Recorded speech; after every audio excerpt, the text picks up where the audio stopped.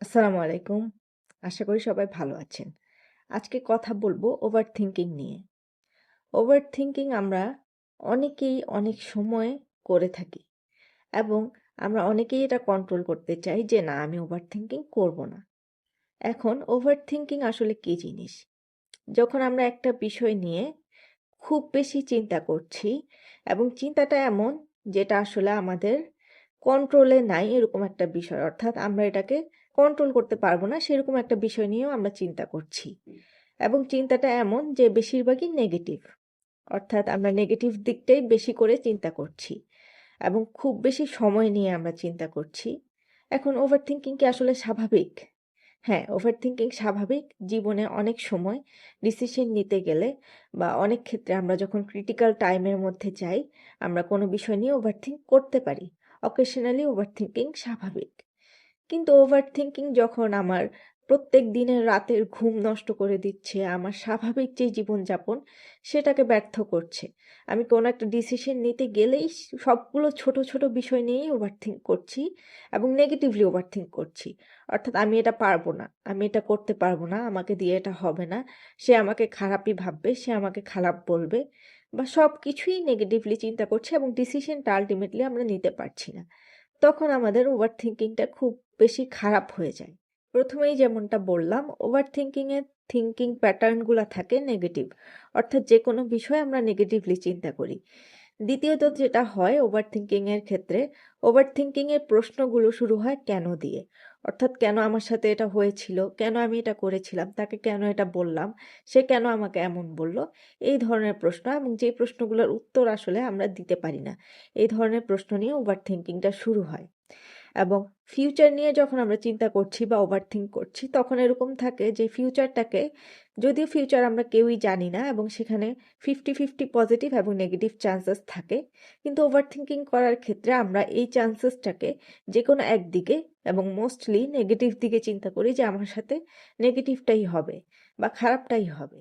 আসুন জেনে নেই যে ওভারথিংকিংটা আসলে কিভাবে আমরা একটু কন্ট্রোল করতে পারি। এখন যখন আমরা বুঝলাম যে ওভারথিংকিংয়ের প্যাটার্নটা এরকম হয়, সেক্ষেত্রে আমরা যখন খেয়াল করব যে আমরা এই ধরনের কোনো প্যাটার্নে ঢুকে যাচ্ছি বা এই ধরনের চিন্তার মধ্যে ঢুকে যাচ্ছি, তখন আমরা কনসিয়াসলি বা সচেতনভাবে নিজেদেরকে এখান থেকে বের করে আনার জন্য একটা ট্রাই করতে পারি।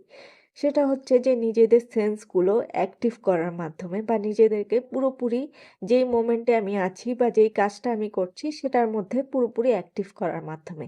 এটা আমরা গ্রাউন্ডিং টেকনিক ইউজ করে করতে পারি, বিভিন্ন মাইন্ডফুলনেস এক্সারসাইজ করে করতে পারি।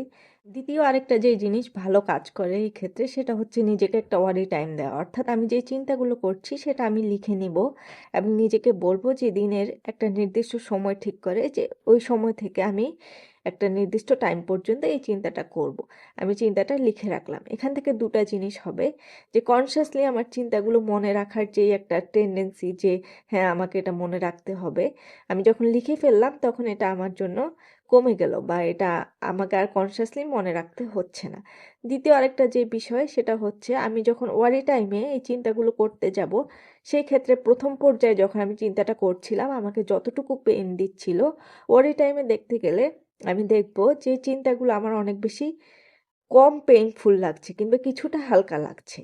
এটা হচ্ছে একটা ট্রিক যেটার মাধ্যমে আমরা ওভারথিংকিংকে খুব ভালোভাবে ম্যানেজ করতে পারি। যে কোনো কিছু যেটা আসলে আমরা কন্ট্রোল করতে চাই কিংবা কমাতে চাই, সেটার ক্ষেত্রে আমরা কখনোই সেই জিনিসটাকে একবারে বাধা দিব না। অর্থাৎ এটা আমি চিন্তা করব না কিংবা এটা আমি করব না, এরকমটা আমরা ব্রেনকে সিগন্যাল দিব না।